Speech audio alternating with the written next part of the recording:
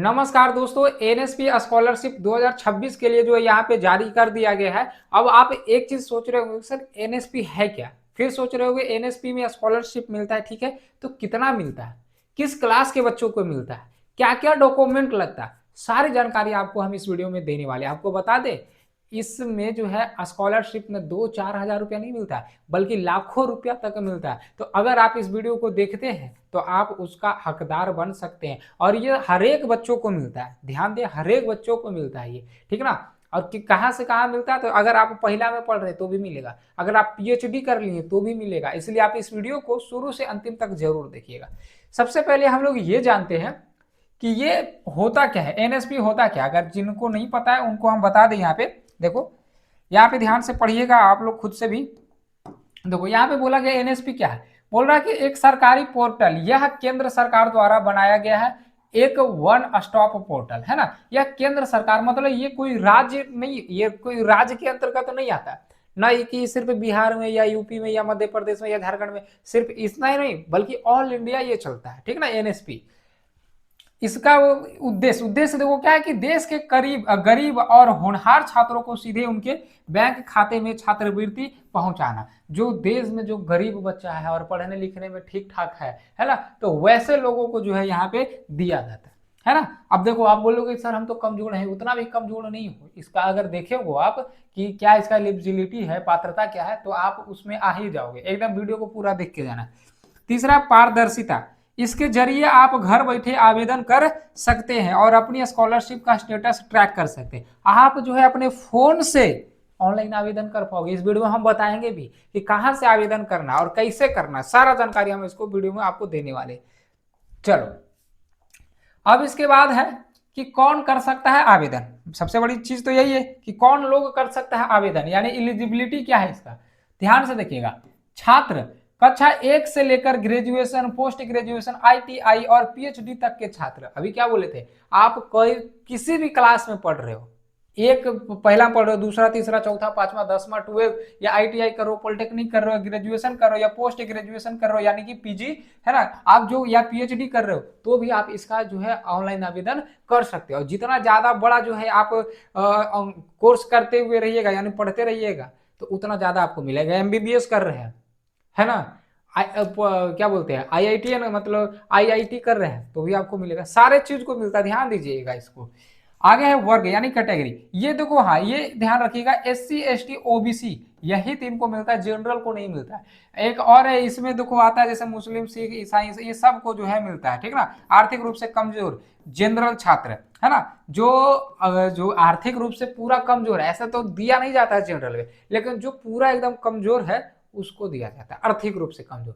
तो वो कैसे देखेगा कि जनरल में है तो वो आर्थिक रूप से कमजोर है, उसका एक आय प्रमाण पत्र होता है, जाति आय निवास जानते हैं ना, तो उसके लिए जो है जाति आय जो है लिया जाता है। और ये सब हम लोग से भी लिया जाएगा, मतलब कि जो एससी एसटी ओबीसी से आते हैं ना, उससे भी ये चीज लिया जाएगा। अब आगे देखो, योग्यता। पिछली कक्षा में कम से कम 50% अंक, है ना, कुछ विशेष स्कीम में यह अलग हो सकता है। देखो 50% अंक, 50% कौन नहीं लेके आता है, 50% तो सब कोई लेके चला आता है, आप भी लेके आ जाते हो, है ना। और स्कूल में तो 50 के 80% दे देता है, तो आप तो इसके लिए एलिजिबल एकदम हो गई होगी। और आप लोग आवेदन भी कीजिएगा, जितने बच्चे देख रहे हैं ना, अगर आप पढ़ रहे हो तो सब कोई भर दीजिएगा इस फॉर्म को। आगे है आय।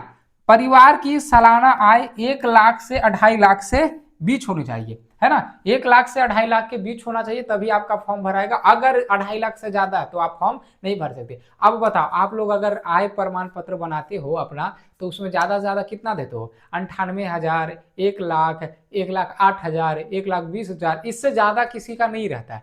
तो बताओ ये 2.5 लाख तक का ऑप्शन दे रहा था, एकदम एलिजिबल हो, एकदम भर सकते हो आसानी से, तो आप लोग भर देना। इसके बाद है देखो, एक बार देख लेते, वीडियो चल रहा है ना हमारा, हाँ वीडियो चल रहा है हमारा, चलो। इसके बाद देखो कि किस क्लास को कितना पैसा मिलेगा। जैसे ये तो सबसे बड़ी चीज है, क्लास 1 को अलग मिलेगा, पीएचडी जो किया हुआ उसको अलग मिलेगा, सारे को अलग अलग मिलेगा। देखो ये आपका क्लास है, यहाँ पे अनुमानित राशि कक्षा 1 से अगर 10वां में है तो उसको 1,000 से लेकर 11,000 के बीच जो है मिलता है। इसके बाद कक्षा 11 से 12 इसको जो है 7,000 से 15,000 के बीच मिलता है, जिसको हम लोग पोस्ट मैट्रिक बोलते हैं। आगे है ग्रेजुएशन यानी कि बीए, बीकॉम, बीएससी, इसके अंतर्गत कितना मिलता है, तो 10,000 से 20,000 जो है मिलता है। और आगे है प्रोफेशनल कोर्स, यानी आप बीटेक कर रहे हैं या एमबीबीएस कर रहे हैं या आईआईटी कर रहे हैं, ये सब कर रहे हैं, तो 25,000 से 50,000 तक जो है आपको प्रति वर्ष, और ये बार बार मिलता है, सिर्फ एक ही बार नहीं, हर एक साल आपको मिलते रहेगा।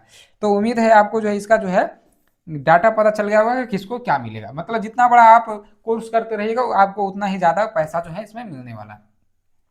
चलो अब इसके बाद देख लेते हैं हम लोग कि क्या क्या दस्तावेज लगेगा, है ना। तो देखो आपको आधार कार्ड लगेगा, उसके बाद आपका फोटो लगेगा जो कि हाल ही में खींचा गया है, पासपोर्ट साइज फोटो, इस तरीका से शॉर्ट में जो रहता है ना उस तरीका से। मार्कशीट, आपका पिछली कक्षा का मार्कशीट, जैसे आप 12th पे, आप 11th पे अप्लाई कर रहे हो, है ना, आप 11th पे जो है अप्लाई कर रहे हो, तो 10th का मार्कशीट आपको चाहिए। 10th में आपका कम से कम 50% अंक रहना चाहिए, तभी मिलेगा, नहीं तो नहीं मिलेगा। देखो इसके बाद है इनकम सर्टिफिकेट, यहाँ पे बोला अंचल या अनुमंडल से बना आय प्रमाण पत्र। आय प्रमाण पत्र तो चाहिए ही, अभी जैसे हम आपको बता रहे थे आय प्रमाण पत्र आप लोग बनाते हैं तो वो अंचल या अनुमंडल से ही बनता है, ठीक ना। आगे है कास्ट सर्टिफिकेट, आपका जाति कौन सा है ना, आपको एससी एसटी या ओबीसी से आना चाहिए, तो इसीलिए आपसे जाति प्रमाण पत्र भी लेगा। आगे है बैंक पासबुक, छात्र के नाम का बैंक अकाउंट आधार से लिंक होना चाहिए, है ना, आपका खुद का जो है बैंक अकाउंट चाहिए और वो आधार से क्या होना चाहिए, लिंक होना चाहिए, तभी तो पैसा आएगा, नहीं तो नहीं आएगा। आगे है बोनाफाइड सर्टिफिकेट, स्कूल या कॉलेज से मिला हुआ प्रमाण पत्र, आपको ये बोनाफाइड सर्टिफिकेट चाहिए, है ना। ये बोनाफाइड जो सर्टिफिकेट है ये इसलिए जरूरी होता है ताकि पता कर सके सरकार कि आप जो है पढ़ रहे हो। और ये कहाँ से मिलेगा, स्कूल से, स्कूल से आपको मिल जाएगा, तो इसका मतलब आप किसी स्कूल में पढ़ रहे हो, है ना, तो इसीलिए जो है ये चीज मांगा जाता है। अब आगे देखो यहाँ पे है,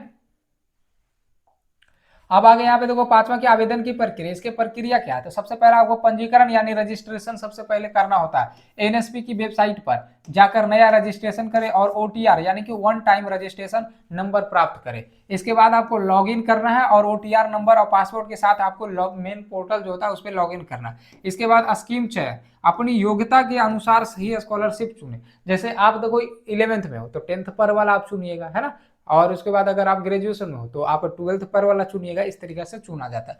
आगे आपका फॉर्म भरे, अपनी पढ़ाई और बैंक की जानकारी सही सही भरे, और इसके बाद डॉक्यूमेंट अपलोड यानी कि सभी कागजों को स्कैन करके अपलोड करें। आप स्कैन जैसे मोबाइल से कर रहे हैं तब तो स्कैन करने वाला नहीं रहेगा, तो आप डायरेक्ट फोटो खींच के भी डाल सकते हैं, कोई दिक्कत नहीं होगा। आगे छठा की फाइनल सबमिट, फॉर्म चेक करें और सबमिट करने के बाद प्रिंट आउट निकाल ले, है ना, फॉर्म एक बार चेक कर ले ऊपर से नीचे कि हमारा सही सही जो जानकारी दिया हुआ है कि नहीं, और फिर उसके बाद फिर क्या करना है, उसके बाद जो है आपको सिंपल में सबमिट कर देना है, ठीक है ना।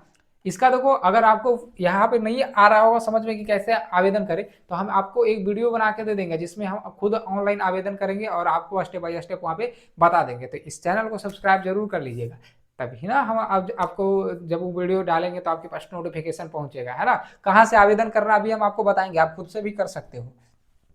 बस ये चीज देख लीजिए, इसके वजह से आपका हो सकता है कि ना भी आए ये चीज अगर प्रॉब्लम रहा तो, इसलिए ये चीज भी देख लीजिए। इसके बाद देखो छठा है कि ध्यान रखने योग्य महत्वपूर्ण बातें, अलर्ट कर रहा है क्या, सबसे पहला कि मोबाइल नंबर, आधार से लिंक मोबाइल नंबर चालू रखें क्योंकि उस पर ओटीपी आएगा। जो आधार से आपका नंबर लिंक है उस वो चालू रखना है, और वही वाला नंबर भी देना है क्योंकि उस पर ओटीपी आएगा, समझे। जैसे आधार नंबर आप डालिएगा ना तो आपके मोबाइल नंबर पे ओटीपी आएगा, कौन सा मोबाइल नंबर पे, जो आपके आधार में लिंक है। इसके बाद आपका देखो बैंक केवाईसी, बैंक खाते में केवाईसी और डीबीटी इनेबल होना चाहिए क्योंकि केवाईसी अब आपका खाता वगैरह ये सब भी बंद है तो कहाँ से पैसा आएगा, तो ये सब चीजें तो जरूरी है ना करना। आगे है कि नो मल्टीपल फॉर्म, एक छात्र केवल एक ही स्कॉलरशिप के लिए फॉर्म भरना, वरना दोनों रिजेक्ट हो सकते हैं। अब मान चलो आप सोच रहे हो कि हम 10वां पर से, जैसे आप ग्रेजुएशन में पढ़ रहे हो, ठीक ना, अब आप सोचोगे कि हम 10th पर से भी भर देते हैं, हम 12th पर से भी भर देते हैं, हमको दोनों मिल जाएगा, तो कोई भी नहीं मिलेगा, ये सब चालाकी मत भरिए करिएगा। अगर आप ग्रेजुएशन में पढ़ रहे हैं तो आप 12th पर वाला जो है स्कॉलरशिप जो भरिएगा, समझ गए ना, तो ये सब चीजें आप ध्यान दीजिएगा।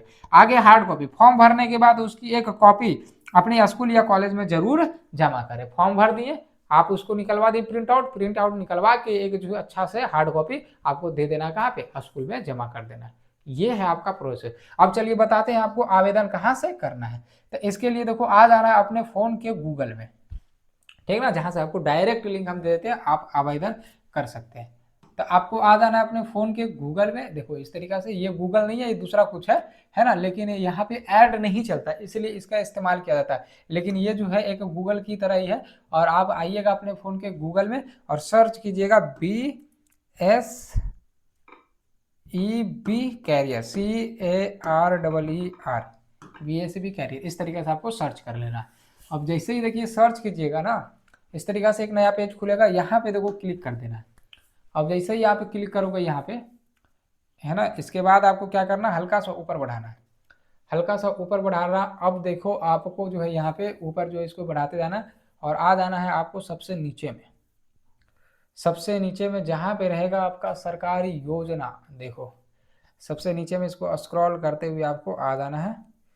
सरकारी योजना कहाँ पे है, सरकारी योजना देखो ये है सरकारी योजना। यहाँ पे लिख रहा है NSP स्कॉलरशिप अप्लाई ऑनलाइन 2026-27, है ना, इस पर आपको क्लिक कर देना है।